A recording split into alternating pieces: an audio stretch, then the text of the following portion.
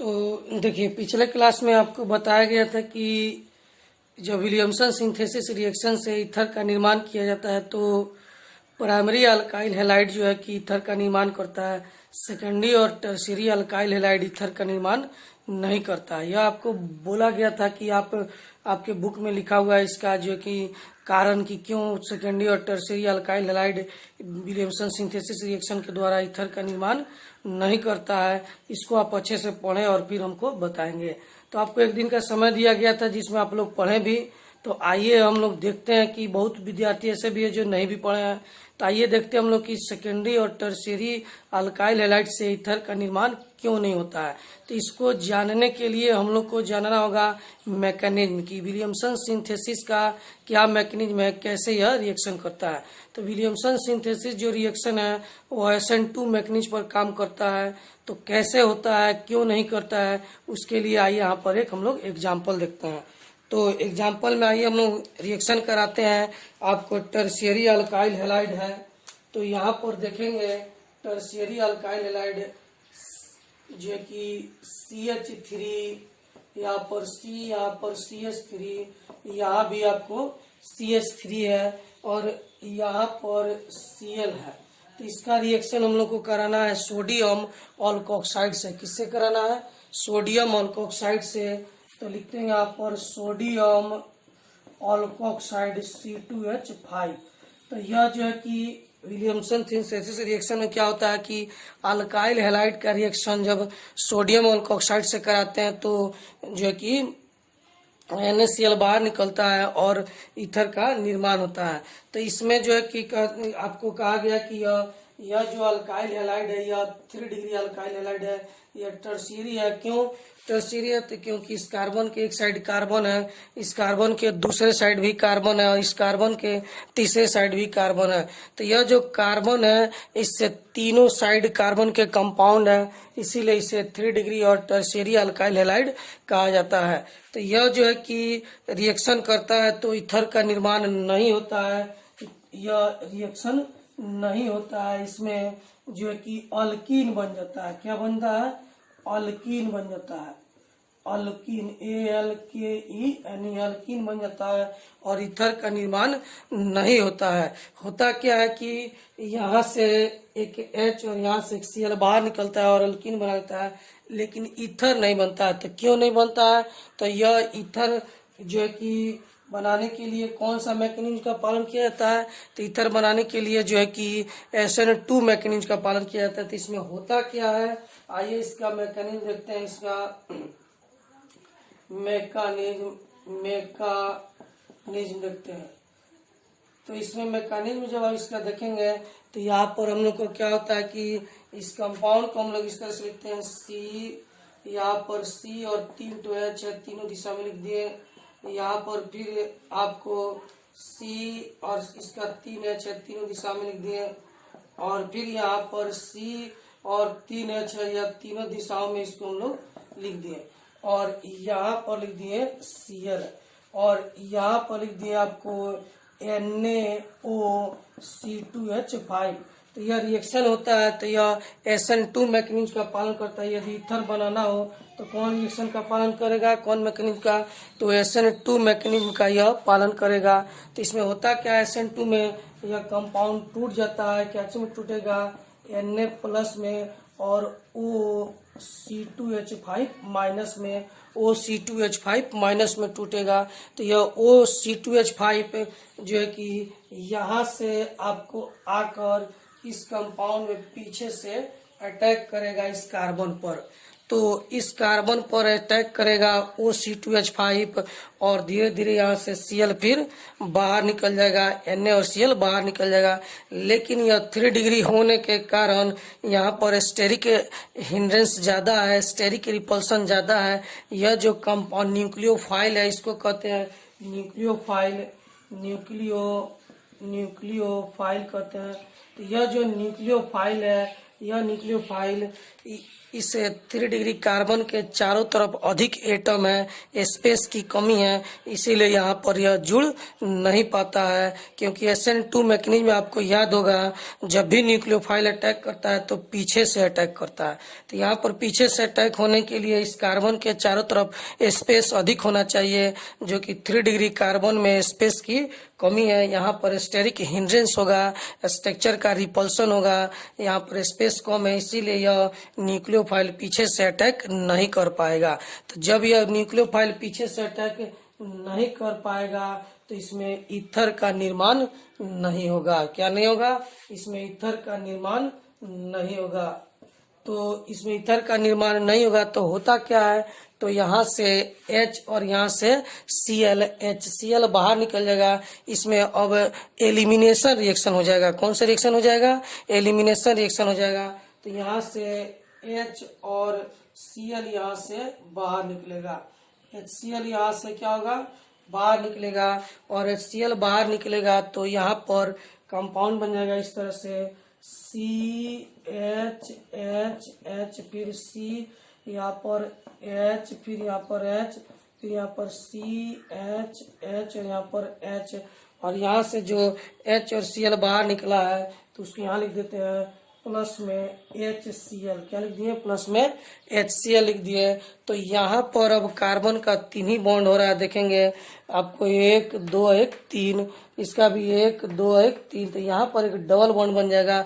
या H और Cl जो बाहर निकला है तो उस जगह पर एक डबल बॉन्ड बन जाएगा।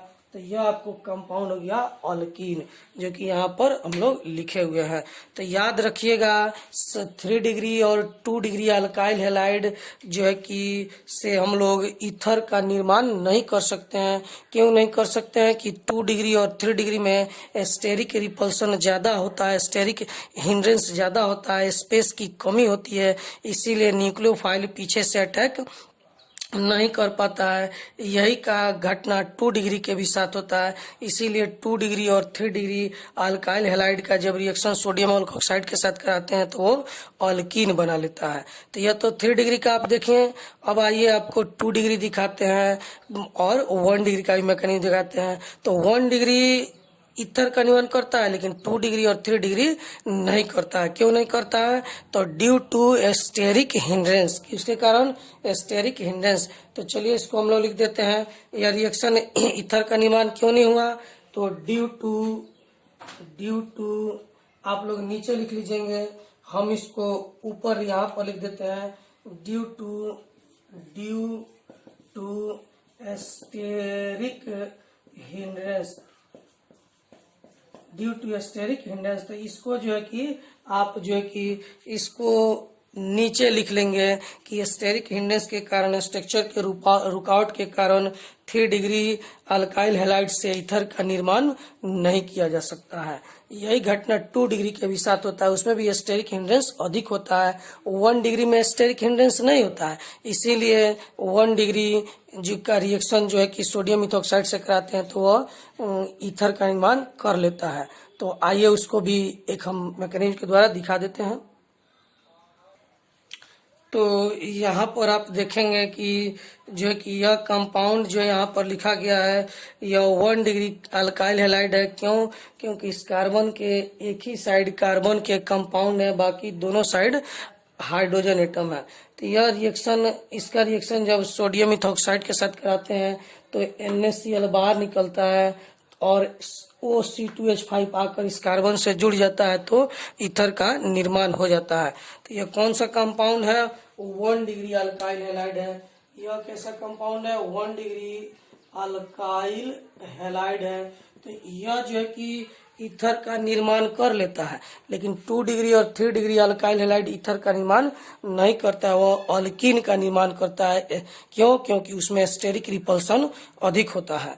तो यह कैसे करता है, ये इसका मैकेनिज्म देख लेते हैं। तो इसमें होता क्या है कि आपको यहाँ पर CH3, यहाँ पर CH और यहाँ पर आपको यह जो है कि Cl है, इसका रिएक्शन जब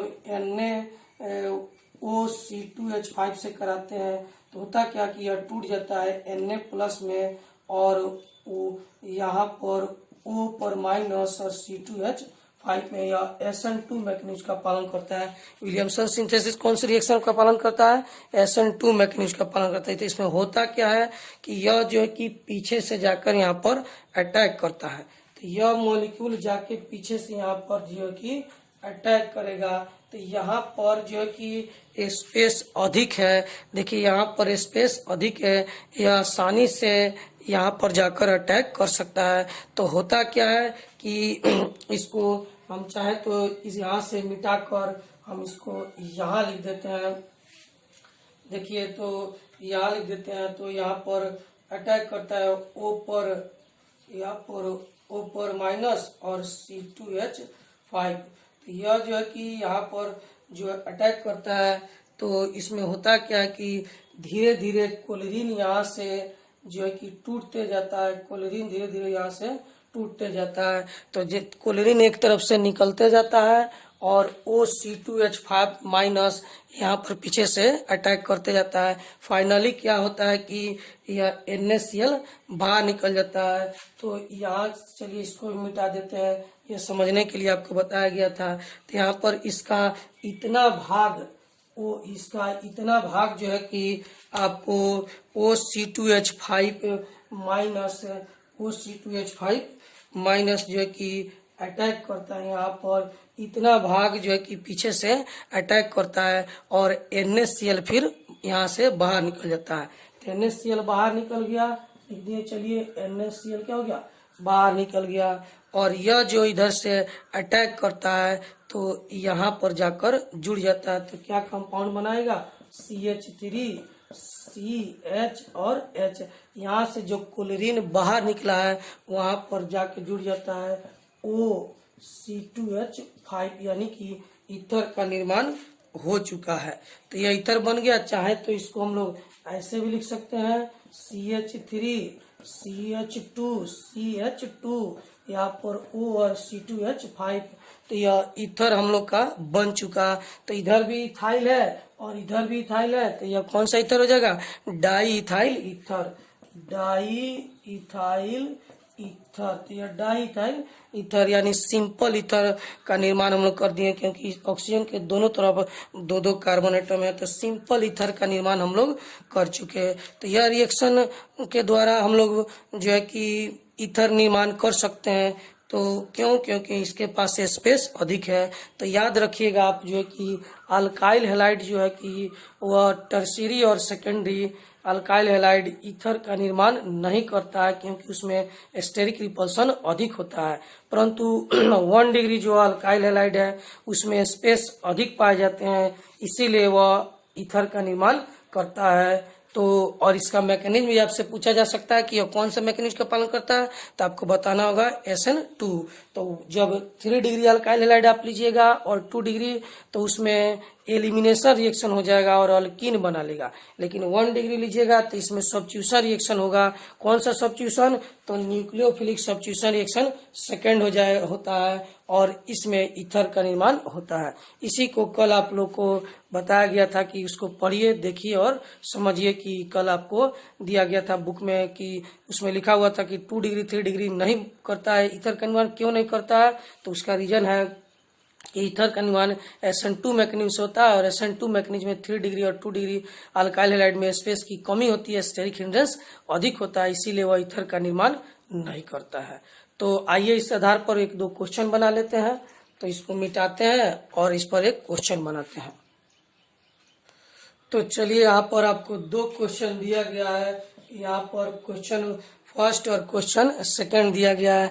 इसमें पूछा जा रहा है कि क्या प्रोडक्ट बनेगा। तो यहाँ पर देखिए, यह जो अल्काइल हैलाइड है और यह सोडियम इथॉक्साइड है। तो यह अल्काइल हैलाइड कैसा है? 3 डिग्री अल्काइल हैलाइड है, क्योंकि यह जो आपको अल्काइल हैलाइड यहाँ पर दिखाई दे रहा है, इसमें यह जो कार्बन है, इसके एक साइड कार्बन के कंपाउंड 2 साइड और एक ऊपर 3 साइड। तो इसके तीनों साइड कार्बन के कंपाउंड है, इसीलिए यह जो अल्काइल हैलाइड है 3 डिग्री अल्काइल हैलाइड कहलाएगा। तो 3 डिग्री और यानी यह टर्शियरी अल्काइल हैलाइड है। यह टर्शियरी अल्काइल हैलाइड है।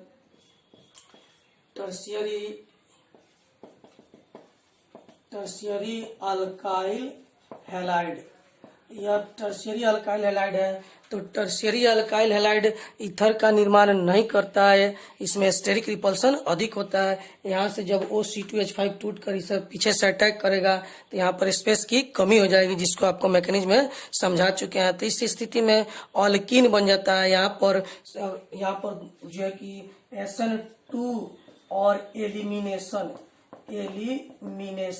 तो यहाँ पर दोनों रिएक्शन हो सकता है, लेकिन SN2 रिएक्शन नहीं होता है। सब्स्टिट्यूशन, न्यूक्लियोफिलिक सब्स्टिट्यूशन रिएक्शन नहीं होता है, क्योंकि इसके पास स्पेस की कमी है, स्टेरिक हिंड्रेंस होता है, पीछे से न्यूक्लियोफाइल जाके अटैक नहीं कर सकता है। तो यहाँ पर एलिमिनेशन हो जाता है।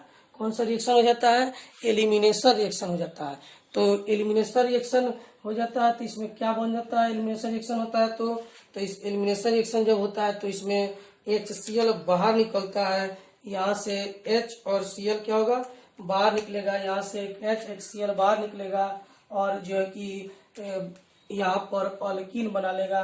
तो CH3 CH यहाँ पर 2 और CH3 और बाहर क्या निकल गया? HCl क्या हो गया?